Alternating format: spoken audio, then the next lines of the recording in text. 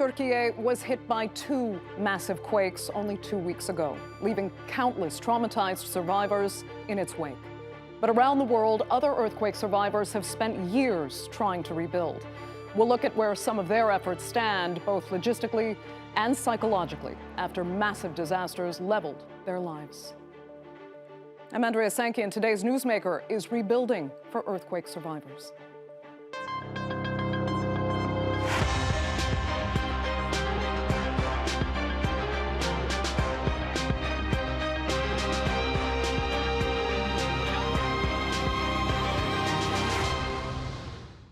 In the middle of the night in the spring of 2009, L'Aquila, Italy was awoken by a tremendous shaking.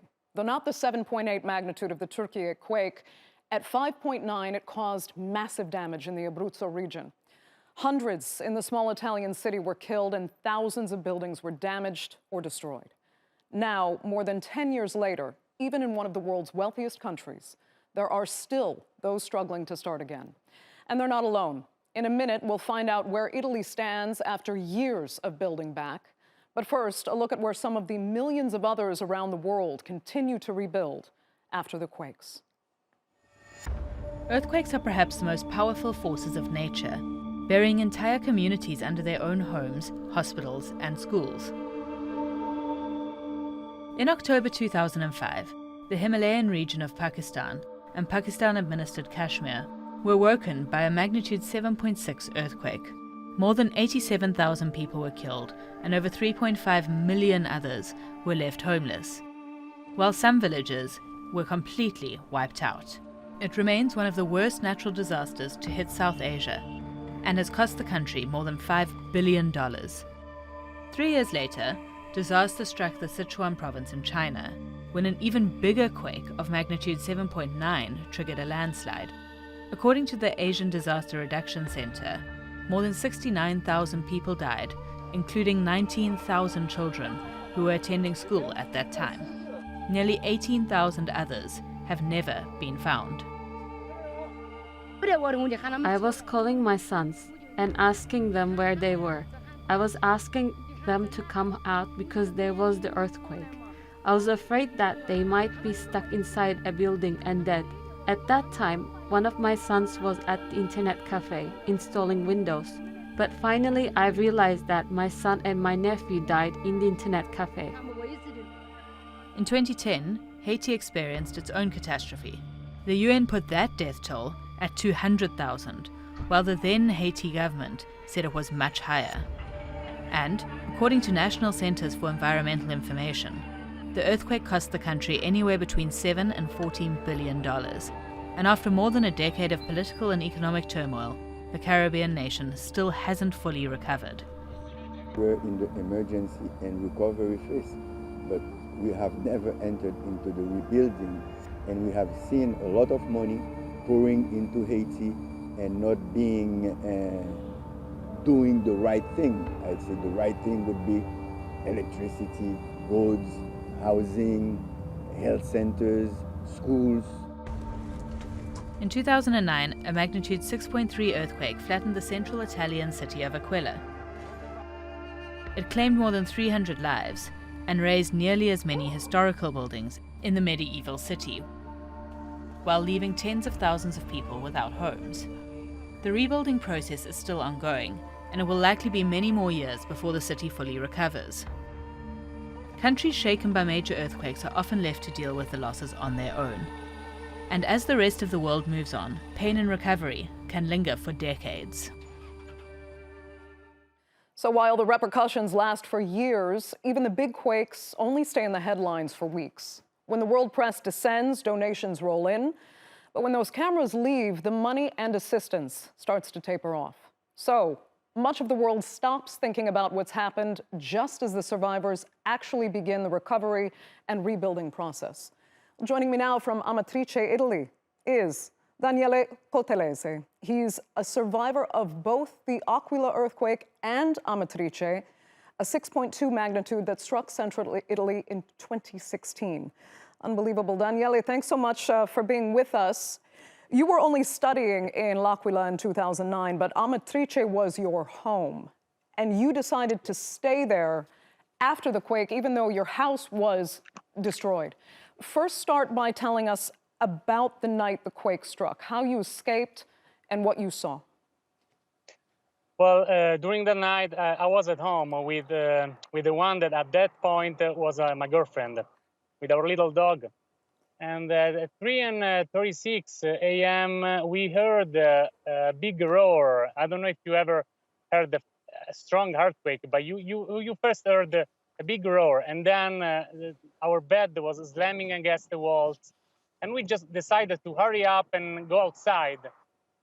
When we saw our house, the one where we were staying, where with a big X on the walls, it means that it was almost exploding.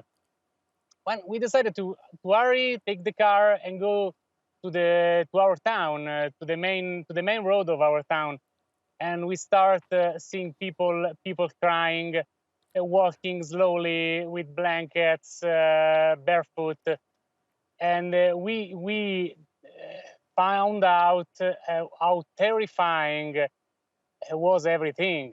It was like an horrible sight of everything. One of your earlier descriptions has said that you saw your house actually split in two. Yes. You saw your own home completely destroyed, and you were basically homeless, you know, much like millions of people in Türkiye and Syria right now.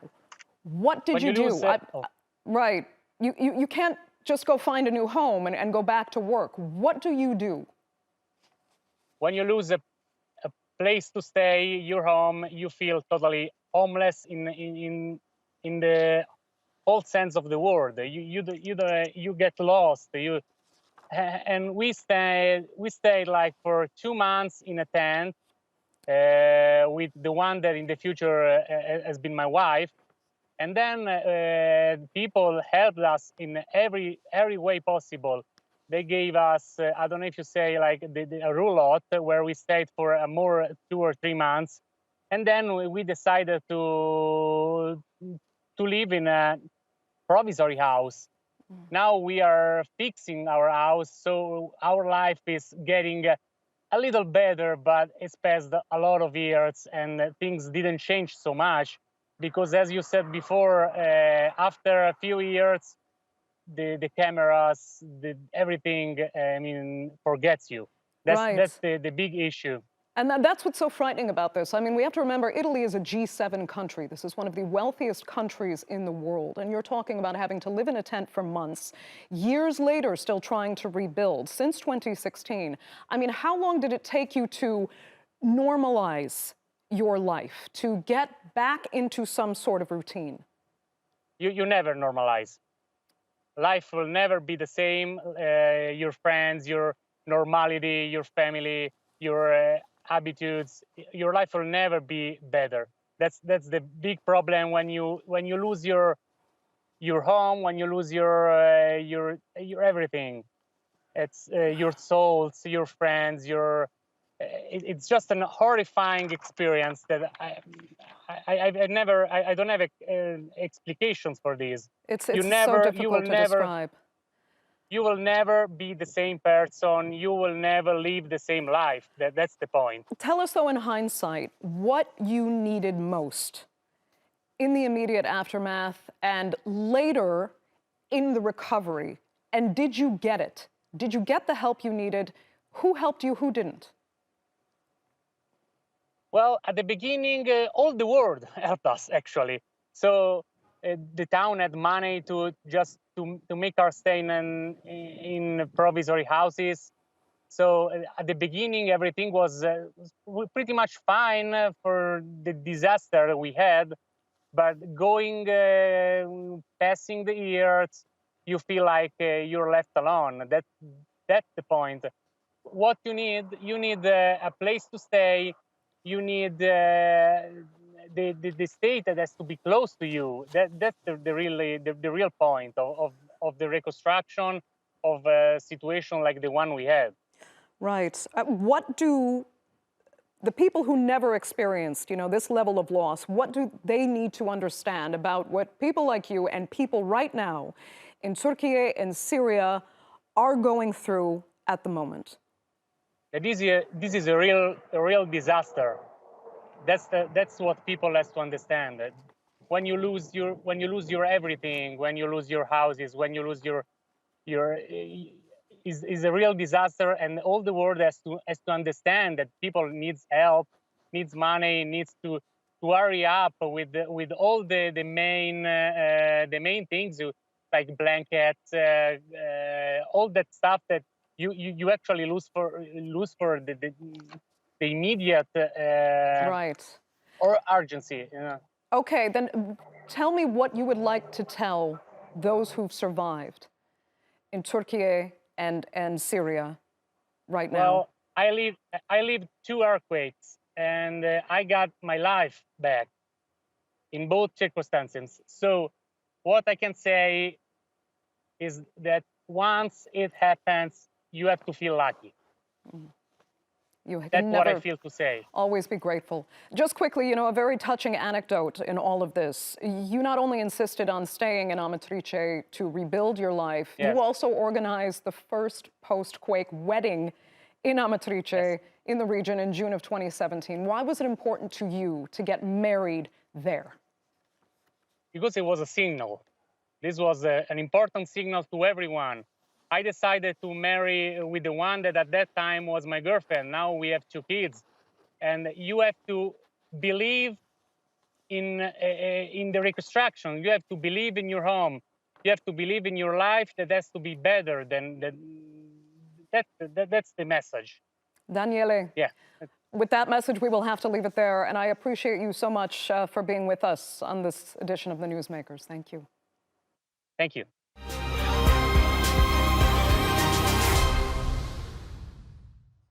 Well, let's broaden out the discussion now, and I'm joined from Tbilisi by Lorenzo Massucchielli. He's the head of international emergencies of the Italian Red Cross, Croce Rossa Italiana.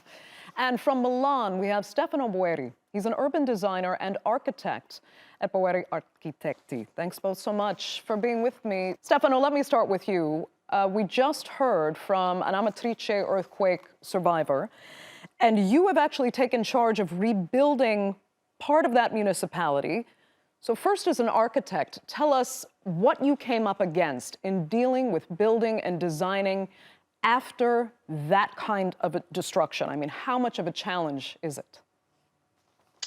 Well, we have been involved in the reconstruction of part of the Amatrice Historical Center, and well, you know, the earthquake. It's a sudden betrayal of the place where we are used to live. So I think this, unlike other natural catastrophe, the earthquake comes from the very ground we treat it emerged from the place where you live, and this is something which is visible immediately when you are in, as you know, where you are in contact with the relative of the victim, for instance, and with the people who used to stay there. And in Amatrice was the same. So basically, we have understood that what we had to do is to start immediately to rebuild a place which should become a collective place, a place for community, related with work. I think work is the best way to establish a connection between people who themselves betrayed by this sudden catastrophe that destroy centuries of history and decades of individual memory in a few seconds, and that's the first step. And then the other point is, let's say, to work. What we have done in Amatrice was to reconstruct a school canteen, and then all around 8 other restaurants who collapsed during the earthquake. Okay. I mean, tell us why it's so important to rebuild as thoughtfully as you are. You're not just constructing general structures, I should say. You're even building Casa Futuro, or the house of the future for the municipality. Yeah, they're buildings with meaning. I believe it's more important to try to reconstruct, let's say, the real soul of the place. It's not to try to reconstruct all how it was where it was. So it's not about sameness, it's more about authenticity. And authenticity means to reconstruct not simply the buildings, but the relation between the building and the people. And this is what makes our work so complicated, but also at the same time so useful, because people need to reconstruct a hope and the trust on the place, not simply a building or a physical environment. And so it's a very, very delicate work, but it's very passionate. And I believe it's very important to start immediately with this idea of, let's say, of authenticity. Right. The trust of the place. It's interesting you say that. I mean, people need to feel safe where they are as well. Lorenzo, let me turn to you because, you know, as an aid worker yourself, you've not only seen this immediate destruction, but you must understand the importance then of rebuilding these damaged areas.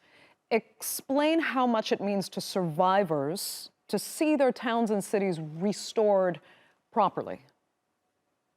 Thanks. The main point in restoring, but more rehabilitating at the same time, working on innovation and in rebuilding in a way that is also enhance, ameliorate the area is important for survivors because it's one of the symbols that life is going ahead and they can restart. And there is the full support to start again, to start on what had happened, and also learn from what had happened. Right. I mean, how, as you know, you really actually specialize in the immediate aftermath. You work very closely with the rescue efforts. And then later you've witnessed how survivors have to rebuild their lives in severely damaged areas. We'd spoken earlier, especially with the quake survivor we talked to, about how, you know, this goes on for years, years and years, while the media only watches for a matter of weeks. The donations that come in so forcefully at the very beginning of a disaster like this tend to taper off as attention starts to cease. What does that mean for people in these earthquake zones when they're trying to really rebuild and restore their lives and try to get a sense of normality back? So I think there are good things and bad things on this. Of course, when we're talking about the research mobilization, funding actions, and the possibility to move different kind of donors, of course, the media coverage, the immediate aftermath, and the immediate situation is the moment where the responding organizations are getting the most. So when we're talking about a long-term response or the recovery rehabilitation phases, it means that we have to look at what we are gaining in terms of donations during the immediate response actions and start to keep aside funds for the recovery action.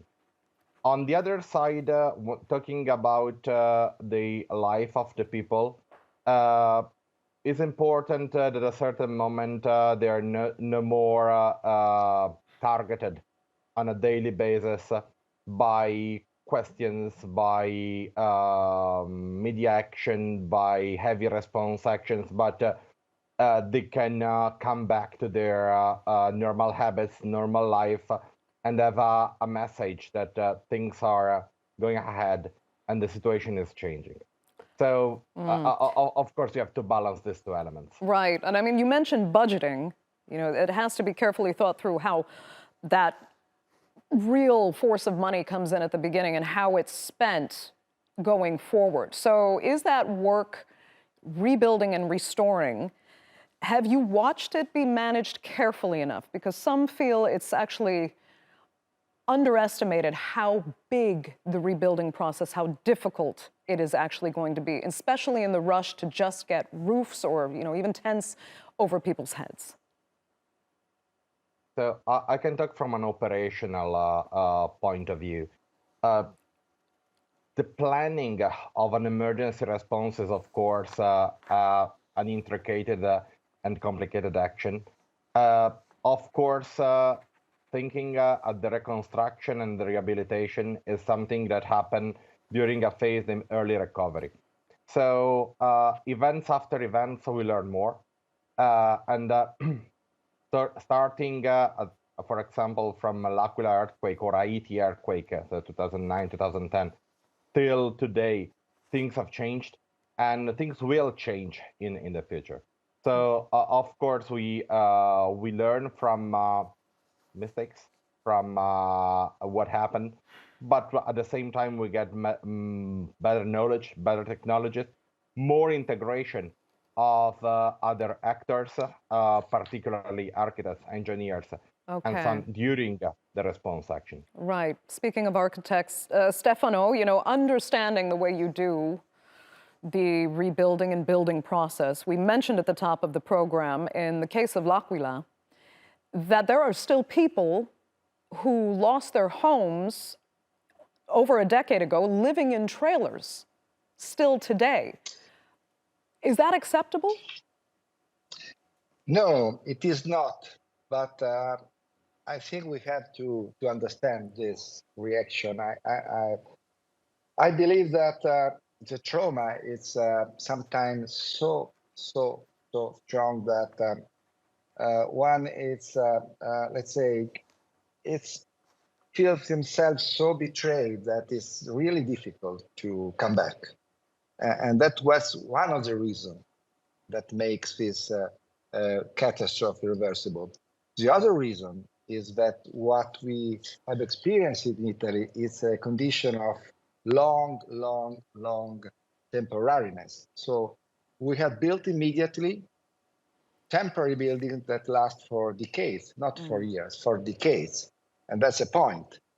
So I believe we have to understand very well that when we intervene in an emergency, we cannot forget beauty, and we cannot forget the sense of community that any place should offer to its inhabitants.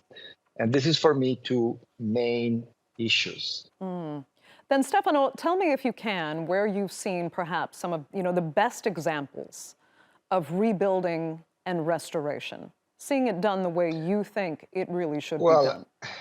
I'm not ambitious to let's say to do a lesson on that, but I believe Japan is super interesting. So what Japan has done 12 years ago, 6 years ago, after the earthquakes, was very interesting. They were involving the best architects, the best engineers, the best companies in intervening immediately in reconstructing the city with the notion of temporariness, but the notion of temporariness was strictly connected with the notion of beauty and comfort. And so that means that is using wood. Wood is it's a fantastic material for reconstruction because it's anti-seismic, it's let's say elastic, it's light, it's flexible, and it's a way to reconstruct, let's say immediately, with a new character, with a new materiality, and transmitting a sense of hope. So, Lorenzo, having heard that, I mean, how important is it to restore and rebuild the kind of normality that helps survivors psychologically? It's absolutely fundamental. I completely agree on the fact that we have not to consider only the immediate action, but and the action by itself, but also to build a good place, a nice place where to stay. We try to do it when we set up camps, and that's more providing comfort activities for the people in need. And of course, it's more and more important when we build or when we participate in rebuilding for long-term periods, because of course then people have to stay there, and this is fundamental for also for the psychological impact. Okay. Lorenzo Massucchielli and Stefano Boeri, I'd like to thank you both so much for being with us on The Newsmakers, and our viewers, of course, for being with us as well. That's all the time we have. Remember, you can follow us on Twitter, and do be sure to subscribe to our YouTube channel. I'm Andrea Sankey. We'll see you next time.